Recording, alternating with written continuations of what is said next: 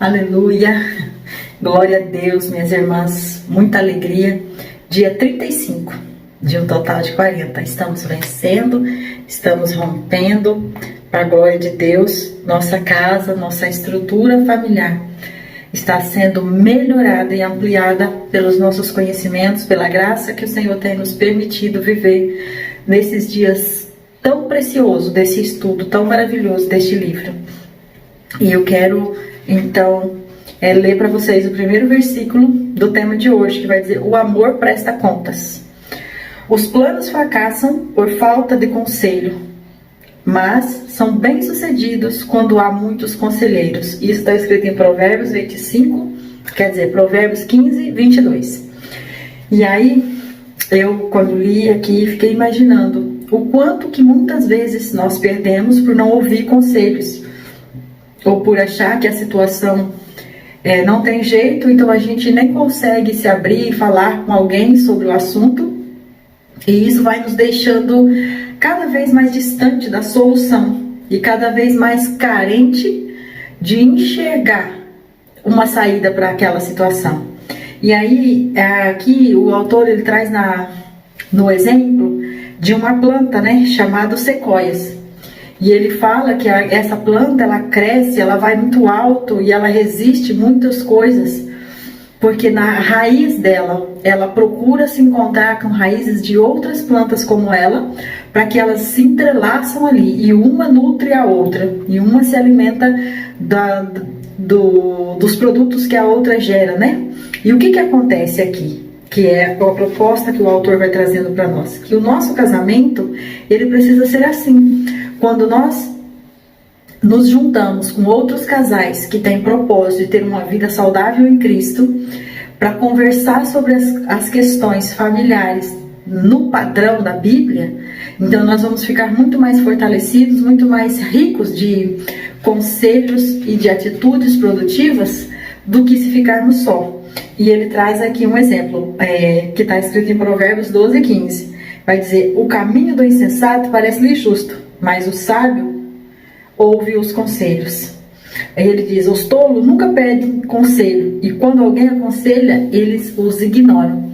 Então, assim, muitas vezes, nós sem querer agimos dessa maneira, porque é fácil para nós, às vezes, pensarmos que a pessoa está dando conselho porque não está vivendo aquilo que nós estamos vivendo, ou porque a pessoa nunca passou por aquilo, ou porque a pessoa acha que é fácil.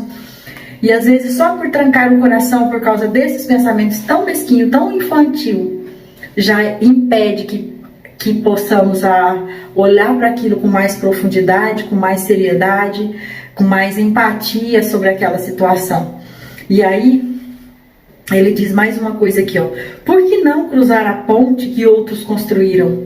Eu achei legal essa fala aqui, que o autor coloca aqui para nós, porque que isso vem de encontro com tantas falas que a gente já escuta, que fala assim que o inteligente aprende com os seus próprios erros e os sábios aprendem com os erros dos outros. Então, assim, se você está conversando com um casal mais experiente, com um casal que vive a palavra de Deus, e eles já têm mais tempo de caminhada do que você, com certeza eles vão dar conselhos de situações que eles já passaram e como eles romperam, como que eles venceram.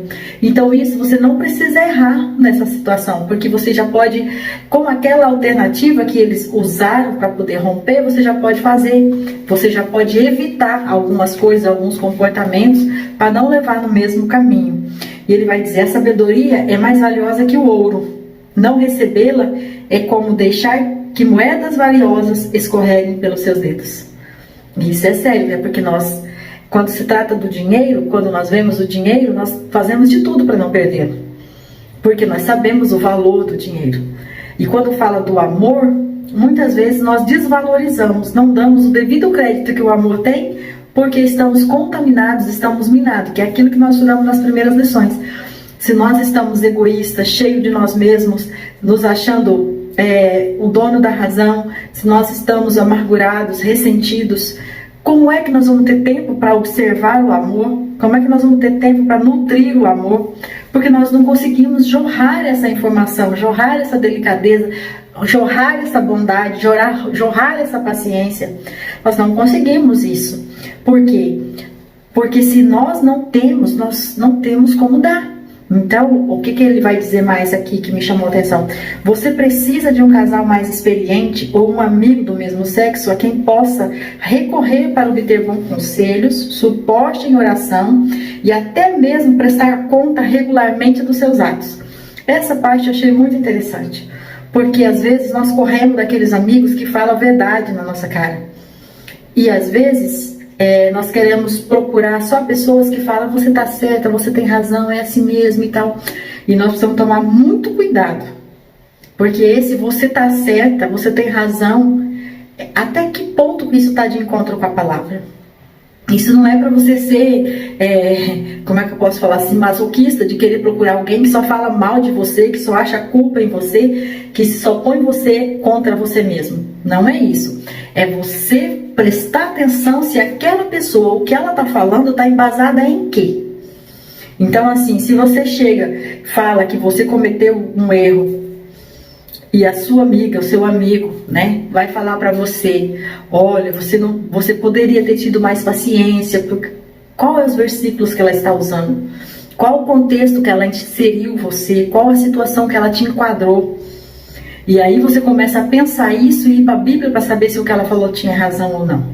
Porque isso não é ela dar razão para o outro. Eu já ouvi pessoas que falam assim: eu não quero mais conversar com você porque você só está do lado do fulano, porque você não olha para a minha situação, para a minha vida. Mas às vezes a pessoa realmente precisava de uma mudança. E aí a pessoa foge, só vai procurar aquelas pessoas que dizem que ela tem razão. Isso significa que a pessoa não quer conserto. E é nessa hora nós precisamos olhar para nós. Quando é que nós fazemos isso? Quais são as pessoas que davam bons conselhos para nós, que nós nos afastamos porque não queríamos ouvir, não queríamos a mudança? E isso é muito importante, isso é muito sério, porque nós já fizemos a autoavaliação de nós, já encontramos em nós falhas, erros grosseiros, erros infantis, muitas mesquinharias que nós agimos diariamente e precisamos mudar, precisamos crescer, precisamos avançar. E aí ele vai dizer, você tem alguém que fale honestamente com você? Você consegue ver sinceridade na pessoa quando ela fala com você? Ela olha para os teus olhos, ela te confronta, ela pergunta para você: mas o que você realmente sente? O que importa mesmo para você? O quanto você quer zelar por isso? O quanto você crê que Deus pode te ajudar nisso? Essas perguntas são profundas, que nos põem para pensar. E ele vai dizer, né, sobre a questão de conversar com alguém e ser exortado por essa pessoa e entender como um presente de Deus essa proposta. Ele diz assim, que está em Hebreus 3,13, vai dizer: antes exortai-vos uns aos outros todos os dias, para que nenhum de vós endureça pelo engano do pecado. Então, assim, se uma pessoa está errada e ela começa a me contar uma situação e eu falo: não, você está certa, você tem razão, só porque eu quero que ela fique calma, só porque eu quero que ela fique em paz com ela mesma, sabendo que ela está errada, eu não posso fazer isso. Eu tenho que mostrar a luz da verdade para ela, conversar com ela. E a mesma coisa eu tenho que saber aceitar quando isso é para mim. Então aqui ele vai dizer: seja cauteloso ao ouvir os conselhos de pessoas que não possuem um bom casamento. Então nós já falamos disso aqui. Se você está com um problema no seu casamento, você vai tirar conselho com quem já se separou? É lógico que se você for tirar conselho com quem já se separou, ela vai dizer para você: larga a mão, é a melhor coisa que eu fiz. Mesmo que ela não esteja bem, mesmo que ela esteja sofrendo, ela vai dizer assim: não, porque eu não aguento isso, não, porque isso é demais, não, porque... Entendeu? Então, assim, se você tá com um problema, a não ser que você queira se separar, aí você vai procurar alguém que se virou desta maneira. Mas se você tá entendendo que a palavra de Deus está dizendo para você que vale a pena lutar, que um dia o Senhor uniu você e o seu cônjuge num propósito específico de honrar o nome do Senhor e servir um ao outro, como diz a palavra de Deus, e isso uniu de uma tal maneira que os dois se tornaram uma só carne, e só vão deixar de ser uma só carne no dia que um morrer. Então você precisa procurar conselho com quem suportou situações difíceis no casamento e rompeu, e vive uma vida digna, uma vida feliz, uma vida saudável, uma vida de esperança em Cristo. E aí ele segue aqui, né? Você Mesmo que o seu casamento esteja firme, ainda assim você precisa da mesma forma de conselheiros honestos e abertos, pessoas que podem lhe incentivar a fazer o seu casamento ainda melhor.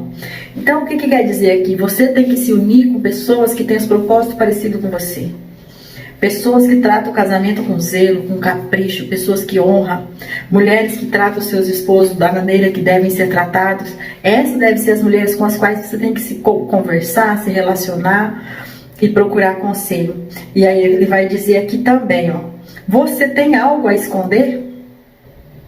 Está com medo de se sentir envergonhado? Você acha que o seu casamento não precisa de ajuda exterior? Mergulhar em um rio de influências positivas não lhe atrai? Não seja o capitão de outro divórcio, Titanic, para ignorar os sinais de alerta ao seu redor quando você precisa ter sido ajudado. Então isso aqui me chamou bastante atenção, porque essas perguntas que ele faz é muito séria, porque assim, você não se abre com ninguém. Porque isso aqui não é de você sair dando informação do seu casamento, do interior da sua casa, para qualquer um. Mas é fazer parte de um grupo de casais, é fazer parte de um evento que tem na igreja que trata de família, é fazer parte de se envolver com leitura de livros, de eventos, palestras, lives que tratam de casamento, é procurar ajuda da maneira mais... Se você gosta de ser assim, o mais discreto possível, hoje existem milhares de formas de você estudar e salvar a tua casa sem ninguém saber. Mas você está procurando ajuda. Você procura ajuda de fora, de onde você sabe que ali não vai espalhar. Hoje, com esses grupos de WhatsApp, você consegue participar de grupos de pessoas. Eu mesmo participo de um grupo que não tem, acho que tem 2 pessoas do Mato Grosso. O restante são pessoas de São Paulo, Paraná, Rio Grande do Sul, Rio de Janeiro. E a gente tem liberdade de conversar uma com as outras, dar conselho para as outras. São mulheres de Deus, são missionárias, pastoras, que exatamente esse grupo foi criado. Por quê? Porque muitas vezes lá dentro da igreja, lá na casa onde elas estão, na região onde elas estão, se elas falam, vai soar como um escândalo. Mas por isso elas se fecharam? Não, por isso elas reuniram pessoas com o mesmo propósito. Fizemos esse grupo onde a gente não conhece a realidade da cidade, da casa, mas a gente conhece o coração, a gente sabe a vontade de vencer, a vontade de romper, e elas não vão ser julgadas pelos olhos humanos. E esse tipo de ajuda hoje é muito importante, porque se você está dentro da igreja, você precisa confiar no teu pastor, confiar no teu líder, confiar na equipe que você está. Mas se você não se sente segura, já é um alerta que existe alguma coisa aqui, como ele faz a pergunta. Você tem algo a esconder? Você não se sente segura por quê? O que você vai contar, o que você vai expor é escandaloso? Vai te deixar envergonhado? Você vai perder sua credibilidade? E aí, olha lá, ou é porque você acha que você está tudo tão certinho que você não precisa compartilhar com outras pessoas, se permitir ser ajudada enquanto ajuda outras pessoas. Então são coisas que nós temos que pensar. São coisas que nós temos que pensar. Porque, como eu estava dando o exemplo de participar de grupos de pessoas de fora, é algo assim que, de repente, com essas pessoas, você se prepara, você se cura, você se liberta de uma maneira que quando você for precisar ser usado na sua casa, no seu local, na sua igreja, na sua cidade, no seu trabalho, você está pronta, porque você já foi liberta, porque você já conseguiu. Aí você consegue falar daquele assunto, mas já de uma maneira como testemunho, já falar daquele assunto já para a glória de Deus, para engrandecer o nome do Senhor. Então o que você não pode é desistir, tem que procurar ajuda em tudo que é lugar sagrado, tudo que é lugar que tem a presença de Deus, em tudo que é lugar que pode te dar bons conselhos, como dizem Provérbios.